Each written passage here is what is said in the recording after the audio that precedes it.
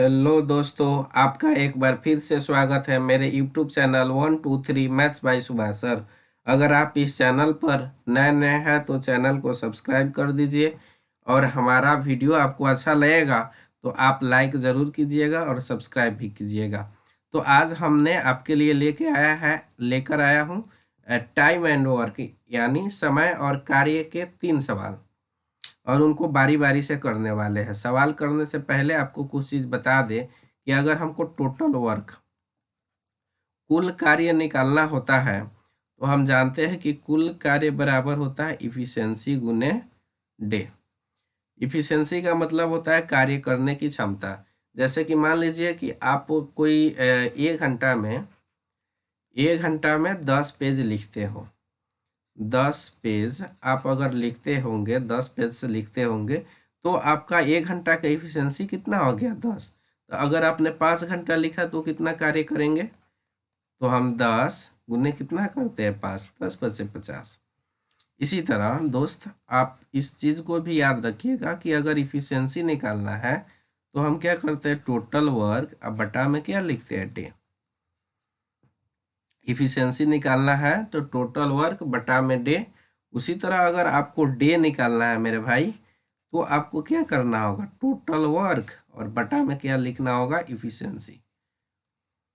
कि काम कितना है, जैसे कि यहाँ देखिए कि अगर आपने 50 पेज लिखे हैं और एक पेज लिखने की इफिशियंसी आपको 1 घंटा में आपने 10 पेज लिखते हो, यानी तुम्हारा इफिशियंसी कितना है, एक मतलब आपका 1 घंटा का इफिशियंसी है 10 पेज लिखने का और आपने कितना पेज लिख चुके हैं 50।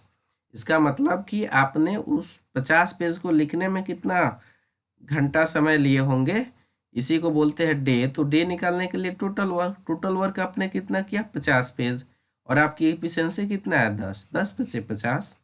तो हम बोल देते हैं कि भाई साहब आपका आपने जो 50 पेज में लिखने में जो समय लिया वह 5 घंटा। तो इस चीज़ को याद रखिएगा कि टोटल वर्क बराबर होता है इफिशियंसी गुने डे और इफिशियंसी का मतलब होता है डे गुने टोटल वर्क और डे बराबर होता है टोटल वर्क बटा में इफिशियंसी।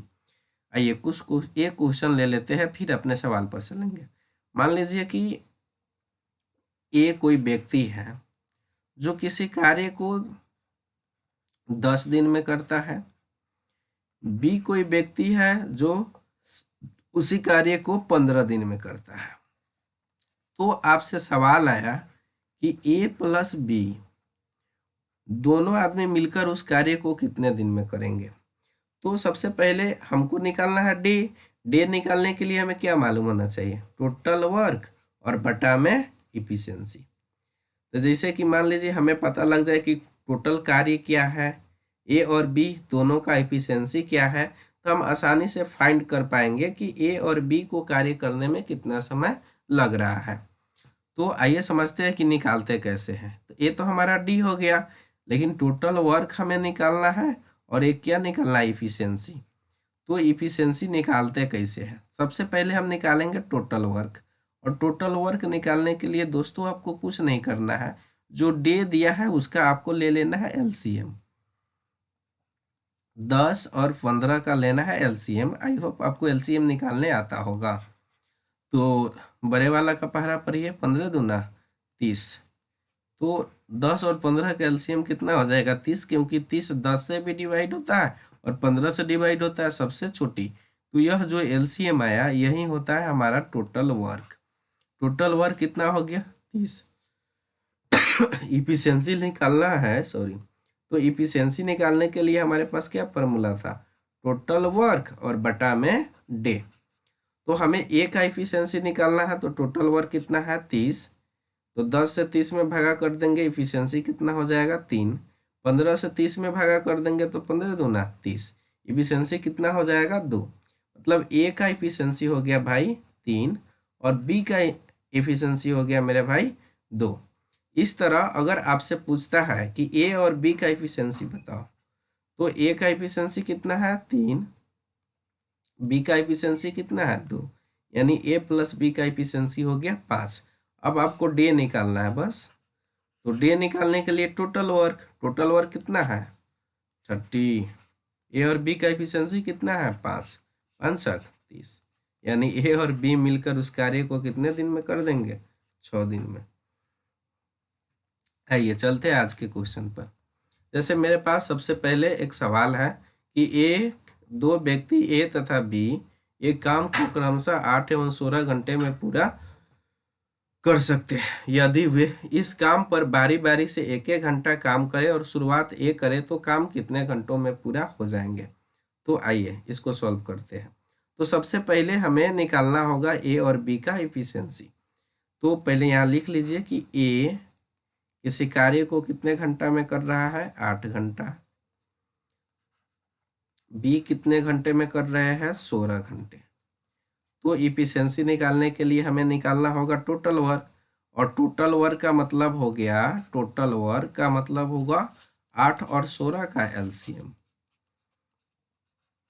तो 8 और 16 का एलसीएम कितना होगा 16, और यह 16 ही हमारा क्या कहलाएगा टोटल वर्क। इफिशियंसी निकालना है तो इफिशियंसी बराबर होता है टोटल वर्क और बटा में डे। तो हमें ए का इफिशियंसी पता करना है मेरे भाई। तो ए का एफिशिएंसी इससे 8 से डिवाइड कीजिए, 8 दूना 16, 16 से 16 में डिवाइड कीजिएगा 1, यानी आपको पता लग गया कि ए का जो एफिशिएंसी है वह है 2 और बी का जो एफिशिएंसी है 1 है 1। अब देखिए यहाँ पर ध्यान दीजिए कि बारी बारी से एक एक घंटे काम करना है, यानी ए और बी साथ साथ काम नहीं करेंगे। पहले फिर लिखा है कि शुरुआत कौन कर रहा है ए, यानी पहले ए काम में 1 घंटा कर लेगा, उसके बाद कौन करेगा बी। तो 1 घंटा ए, तो 1 घंटा में एक का यूनिट काम करेगा 2, और 1 घंटा में बी कितने यूनिट काम करेंगे 1। इस तरह से 1 घंटा इसका और 1 घंटा इसका, यानी टोटल हो गया 2 घंटा। टोटल कितना हुआ 2 घंटा, और 2 घंटा में कितना यूनिट काम हुआ 3 यूनिट। कितना यूनिट काम हो गया 3 यूनिट, और 3 यूनिट को आप समझ लीजिए कि एक शिफ्ट। चलिए थोड़ा इरेज कर लेते हैं। कितना है टोटल वर्क, ध्यान रखिएगा टोटल वर्क कितना है, यहाँ लिख लेते हैं। हमारा टोटल वर्क जो आया है, टोटल वर्क कितना आया था 16, यही तो हमको काम करना है 16। तो पता लग गया कि 2 घंटा में कितना काम हो रहा है 3 यूनिट, और 3 यूनिट को हम मानकर चलते हैं एक शिफ्ट। तो देखिए, तो एक शिफ्ट में कितना यूनिट काम हुआ 3, फिर अगले एक शिफ्ट में कितना का यूनिट काम होगा 3 और होगा, फिर अगला एक शिफ्ट में कितना होगा 3 यूनिट, फिर अगला एक शिफ्ट में कितना होगा 3 यूनिट, फिर अगला एक शिफ्ट में कितना होगा 3 यूनिट, यानी इसको जोड़िएगा तो 3 6 9 12 15, यानी 15 यूनिट काम हो जाएगा। कितने शिफ्ट में 1 2 3 4 5, 5 शिफ्ट में कितना यूनिट काम हो गया 15, लेकिन हमें करना कितना है कार्य 16 यूनिट। तो 5 शिफ्ट में तो भाई साहब कितना काम हो गया 15 यूनिट, तो फिर भी काम कितना बच गया 1 यूनिट। काम कितना बच गया 1 यूनिट। अच्छा, 15 यूनिट कार्य करने के लिए हमें कितना शिफ्ट लगा है 5 शिफ्ट। तो एक शिफ्ट में क्या घंटा 2 घंटा, एक शिफ्ट में क्या घंटा 2 घंटा, एक शिफ्ट में होता है 2 घंटा। तो हमें बताया है, कलर चेंज कर लेते हैं, 5 शिफ्ट। तो 5 शिफ्ट में कितना हो जाएगा, एक शिफ्ट में 2 घंटा, तो 5 शिफ्ट में 5 दूना 10 आवर्स, यानी 10 घंटा। ये तो पता हो गया। तो 10 घंटा में कितना यूनिट काम हुआ 15। अभी भी मेरे पास क्या बच गया 1। अच्छा, एक शिफ्ट में पहले कौन कर रहा है ए, उसके बाद कौन कर रहा है बी, तो ए बी तो चलता रहेगा। फिर 5वां शिफ्ट के बाद क्या यूनिट कार्य रह जाएगा 1, तो शुरू कर रहा था ए, तो फिर 1 यूनिट जो बच जाएगा इसको कौन खत्म करेगा ए। तो 1 यूनिट कार्य को पूरा करेगा कौन ए, क्योंकि शिफ्ट शुरू ए से हो रहा है, और ए जो है वह कितना टाइम ले रहा है, उसका एफिशिएंसी कितना है 2। तो 1 यूनिट कार्य करने के लिए ए कितना समय लेगा ये कितना टाइम लेगा, तो 1/2 घंटा, 1/2 घंटा। इस तरह से इस कार्य को पूरा करने में कितना टोटल वर्क, टोटल टाइम कितना लगा, टोटल टाइम। तो देखिए गौर से, पहले कितना लगा था 10, और फिर ए जो 1 यूनिट कार्य करने के क्या घंटा लिया 1/2, यानी 10 दूना 20, एक हो गया 21/2 घंटा।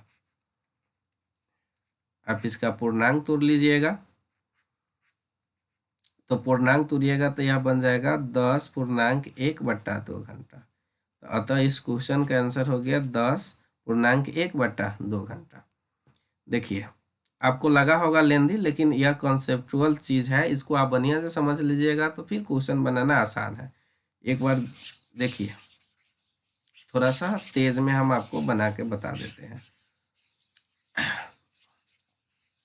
तो जैसे कि हमने आपको बताया, क्या बताया इस पर ध्यान दीजिएगा। यहाँ से हमें ए और बी का निकाल लेना है इफिशियंसी। ए कितने घंटे में काम करता है 8 घंटा, बी कितने घंटे लेते हैं 16 घंटा। सबसे पहले दोस्त हमें क्या निकालना है, टोटल वर्क। टोटल वर्क मतलब 8-16 का एलसीएम, 8-16 का एलसीएम, 8-16 का एलसीएम कितना होगा 16, यानी टोटल वर्क कितना हो गया 16, 16 यूनिट कार्य करना है। तो हमें ए का इफिशियंसी निकालना है, तो 8 से डिवाइड करेंगे, 8 दूना 16। बी का इफिशियंसी निकालना है 1। इस तरह 1 घंटा में ए कितना यूनिट कार्य करता है 2, 1 घंटा में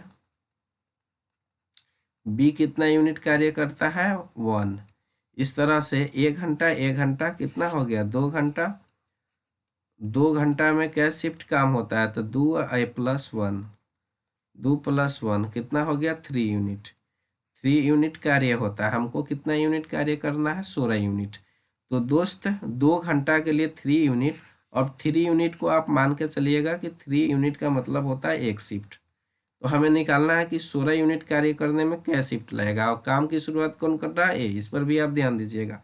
तो आप 3 से डिवाइड कर दीजिएगा 16, 3×5=15, कितना हुआ 1, यानी इधर जो भागफल आएगा वह दिखाएगा शिफ्ट की संख्या। तो क्या शिफ्ट लगा है 5 शिफ्ट, फिर भी कार्य कितना बच गया है 1, तो कार्य बच गया है 1। तो इस एक जो काम बचा है इसको कौन करेगा, तो काम की शुरुआत कौन कर रहा था ए। तो शिफ्ट के बाद जो बचेगा ना, जैसे 1 बच रहा है, इस कार्य को कौन करेगा भाई साहब, तो शुरू कौन कर रहा था ए। शिफ्ट के अलावा कोई बचता है काम, तो उस काम को शुरू वाला व्यक्ति करता है, तो शुरू में काम कौन कर रहा है ए। तो ए इसको काम को करने में कितना समय ले लेगा, तो 1 यूनिट काम है, जबकि उसका क्षमता कितना है 1/2 सॉरी 1/2 घंटा। इस तरह से आपका जो फाइनल आंसर बनेगा कि 16 शिफ्ट को कार्य करने में टोटल टाइम कितना लगा, माने कुल समय कितना लगा, कुल समय। तो आप ध्यान देखिए, 5 शिफ्ट, तो यहाँ आप थोड़ा देर धीर लीजिए। एक शिफ्ट 3 यूनिट, एक शिफ्ट में क्या घंटा 2 घंटा, तो हमें क्या शिफ्ट है 5, यानी 5 दूना 10, यानी 5 शिफ्ट के लिए तो कितना लग गया 10। और फिर जो 1 यूनिट कार्य बच गया था वह कितना है 1/2 घंटा, तो उसको भी इसमें जोड़ देंगे 1/2। इसको जब बटा बटा जोड़ कीजिएगा तो 10 दूना 20, 21 बन जाएगा 2, 21/2 घंटा। इसी को आप पूर्णांक तोड़िएगा तो 10.1/2 घंटा। यही इस क्वेश्चन का फाइनल आंसर हो गया। आइए नेक्स्ट क्वेश्चन की तरफ चलते हैं। इसको भी ध्यान से सुनिएगा कि ए द्वारा किया गया काम बी द्वारा किया गया काम का आधा है, तथा सी द्वारा किया गया काम का 3/4 है। यदि ए अकेले किसी काम को 12 दिन में पूरा कर सकता है, तो ए बी सी द्वारा उस काम को पूरा किया जाने में कितना दिन लगेगा। तो सबसे पहले टाइम एंड वर्क में इफिशियंसी निकालना जरूरी होता है। ध्यान दीजिए कि ए द्वारा किया गया काम, कि ए किसी के द्वारा किया गया काम बी के द्वारा किए गए काम का आधा है, यानी बी कोई काम करेगा उसका आधा।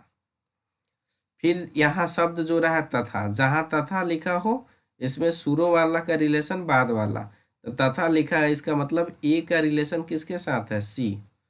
तो कह रहा है कि सी द्वारा किए गए काम का 3/4 है। तो 3/4 यानी सी के काम का 3/4। 3/4 का मतलब 3/4। सबसे पहले आपको क्या करना है कि ए, बी और सी, इन तीनों के कार्य के इफिशियंसी निकालना है। आपको क्या निकालना है, इफिशियंसी, यानी कार्य करने की क्षमता। तो निकालिएगा कैसे, यहाँ ध्यान दीजिए। ए तो ऐसे ही रहेगा, अनुपात के माध्यम से हम बनाएंगे। बी ऊपर लिखिएगा। अच्छा, 1/2 है दोस्त, इसको हम लिख सकते हैं 2/1। उसी तरह सी बटा में, इसको अगर सी के नीचा लिखना है तो पलट देते हैं, 4 को ऊपर 3 को नीचा, ये बन जाएगा 4 और ये 3। फिर ये जो नीचा दिख रहा है 1 और 3, इसका आप ले लीजिए एलसीएम। एलसीएम तो 1 और 3 का एलसीएम कितना होगा, 3। अब इसको ले जाके ए में गुना करिएगा, तो ए में 3 से गुना कीजिएगा तो 3। तो ए का इफिशियंसी कितना हो गया, 3। जब इसमें गुना कीजिएगा 3 का 2 में, तो 3 दूना 6। यहाँ एक के नीचे कितना छुपा हुआ था, 1। इसी 1 का गुना 3 में हुआ तो 3। यहाँ 1 से 3 तो डिवाइड होगा नहीं, तो डिवाइड होकर 3 बचेगा, तो 3 दूना कितना हो जाएगा, 6। यानी बी का इफिशियंसी कितना हुआ, 6। सी, 3 से 3 कटेगा तो बचेगा कितना, 4। इसमें अगर आप 3 से मल्टीप्लाई कीजिएगा तो 3 से 3 कट जाएगा, तो बचेगा कितना, 4। तो यह हो गया 3, 6, 4, इफिशियंसी हो गया। तो हमसे पूछा है कि ए बी सी तीनों द्वारा उस काम को पूरा किए जाने में कितना दिन लगेंगे। तो आप क्या कीजिएगा, तीनों का निकालना है तो हम तीनों का इफिशियंसी जोड़ लेते हैं। 3 + 6 9, 9 और 4 कितना हो गया, 13। यानी ए बी सी का इफिशियंसी कितना हो गया, 13। फिर देखिए लिखा है कि ए अकेले उस काम को 12 दिन में पूरा कर सकता है। तो अभी हमें निकालना है टोटल वर्क। तो टोटल वर्क दोस्त कैसे निकलेगा, तो इफिशियंसी गुने टाइम। ए का इफिशियंसी कितना है, 3, और ए कितना समय लेता है, 12। तो 12 का 3 में गुना किए तो कितना बना, 36। यानी 36 यूनिट टोटल वर्क हो गया। और इसको कौन करेगा, ए बी सी। तो ए बी और सी द्वारा लिया गया समय, तो टोटल वर्क कितना हो गया, 36। और इन तीनों का एफिशिएंसी कितना हुआ, 13। अब इसको डिवाइड कीजिएगा तो बन जाएगा 13 दूना 26 और 10 शेष बचेगा, 10/13 दिन। ये हमारा क्या हो गया, आंसर। आइए एक क्वेश्चन के माध्यम एक क्वेश्चन और देख लेते हैं। यह हमारा लास्ट क्वेश्चन है, बिल्कुल वैसा ही क्वेश्चन है। तो इसमें कह रहा है कि बी द्वारा किया गया काम ए द्वारा किए गए काम का 3/4 है। यानी बी द्वारा किया गया कार्य ए द्वारा किए गए कार्य का 3/4। 3/4 का मतलब 3/4। तथा सी द्वारा, फिर तथा आ गया, इसका मतलब सी का रिलेशन किसके साथ हो गया, बी। यानी सी द्वारा किए गए काम का 5/4। 5/4 का मतलब दोस्त हो गया 5/4। फिर हमें क्या निकालना है, ए बी और सी का निकालना है हमें दोस्त एफिशिएंसी। ए बी सी का निकालना है इफिशियंसी। तो इफिशियंसी निकालने के लिए इसको हम शिफ्ट कर लेते हैं। बी, इसके बटा में कुछ नहीं है तो कितना लिख लिए, 1।